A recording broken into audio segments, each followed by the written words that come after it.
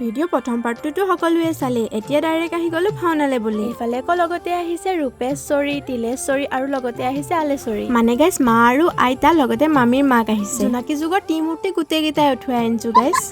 বাৰু বাদ দিয়ক, অলপমান ধেমালি কৰিলো। এইফালে আকৌ মই কৰিব গৈছিলো ধেমালি, কিন্তু খালোগৈ আকৌ পিতন। ময়ো গাইছ কমতি নহয় আকৌ কন্দুৰৰ বাহত জুই লগোৱা 1 নম্বৰ মানুহে হৈছো মই। আনহাতে ভাওনাৰ ঘৰত আহি দেখিছো যে ইয়াত ভাইটিহঁতক প্ৰেন কৰি আছে। মোৰো আকৌ ইয়াত ভালমান কেইটাই কাম আছে বুলি কৈছিলো নহয় গাইছ, কৈ আছো ৰ'ব। এইফালে কৈ এইজন গুৰুখেনো লগাই দিব লাগে আলতা, ইমান খিনি লগোৱা আছে হ'লেও তাৰ শান্তি নাই আৰু লগাব লাগে। এইফালে কৈ ইহঁতি চব ওলাই মেলি ৰেডি হলেই, মানে ভাওনাৰ ষ্টাৰ্টিং হবলৈ আৰু বেছি সময় নাই। আনহাতে লক্ষীৰ ৰূপত আছিলে লিজা, তাইক পাছে আজি বৰ বেছি ধুনীয়া লাগিছে। পাছে গায়াধুৰ ৰূপত আছিলে বৰ্ণালী, তাইকো পাছে আজি কম ধুনীয়া লগা নাই দেই।